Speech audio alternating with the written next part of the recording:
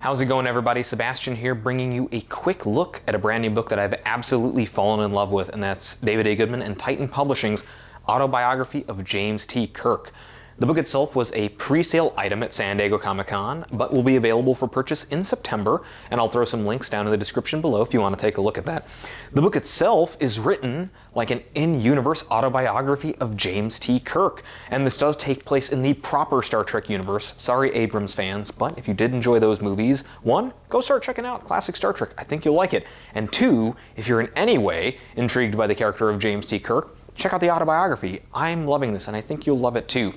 Now, the book itself takes place with George and Winona Kirk's leaving of Starfleet, moving back to Iowa, giving birth to James, and then moves all the way through the incident on the Enterprise B and his death.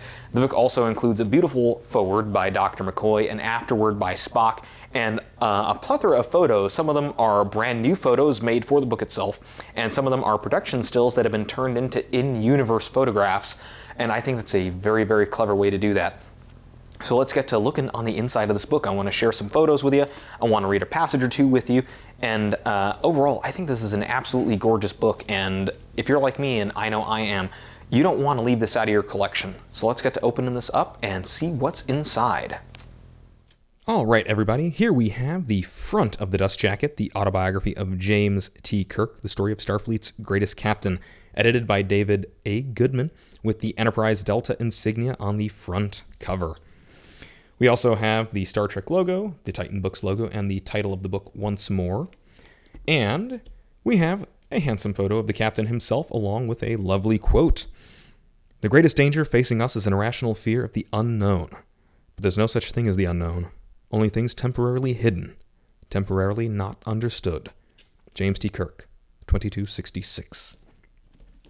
Now, in this book, it is rife with references. The ones I did want to show off to you today is a nice brief look at what is in here, and some stuff I think you're going to love. The first is a set of production stills taken during the filming of The City on the Edge of Forever, turned into an in-universe artifact, a photo booth set taken at an Ellison photo booth. Ellison is, of course, a reference to the writer Harlan Ellison, who wrote that episode.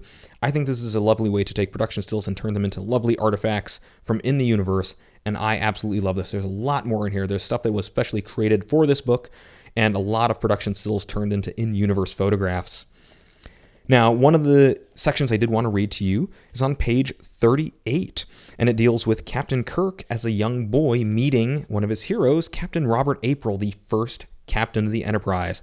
The conversation is between Winona, his mother, and Robert April, having come to rescue them from Tarsus IV. "Winona, what the hell's been going on down here?" the man said after they separated.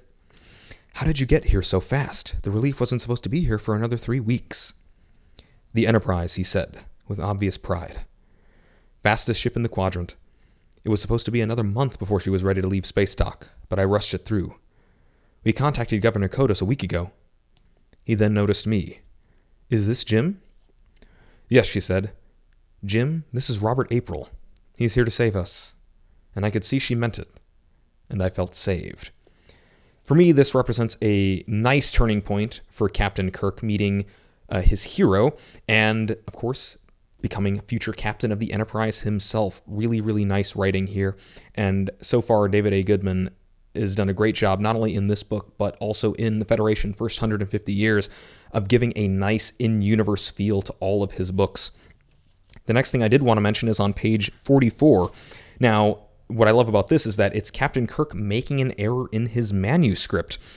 The paragraph is the second to last paragraph on page 44. "I had studied the mall of structures that made up Starfleet headquarters, and immediately recognized the main building, the Archer Building, named for Jonathan Archer," the two asterisks denoting an editor's note, and we have the editor's note down here. "Captain Kirk has made a common error. It is in fact named for Henry Archer, Jonathan Archer's father, and the inventor of the Warp 5 engine. The building was constructed during Jonathan Archer's tenure as Federation president, and it was he who insisted it be named for his father." This book is a great read, and if you're a Star Trek fan, and even if you're not a Star Trek fan but want to dive nose deep into Star Trek lore in a great way. The Autobiography of James Kirk is definitely it. Do not miss out on this book. The book will be out in September, and I wholeheartedly recommend it. This book is quickly become a book very close to my heart, especially a book that fills in a lot of gaps in the timeline of the series, to the movies, the animated series. This book is fantastic, and it makes me want to see David Goodman do more autobiographies by different captains. Please. Captain Picard and Benjamin Sisko, those would be amazing. Although Benjamin Sisko did disappear. But I'm nerding out on you now, so I'm going to close this video out by saying thank you very much for watching this video.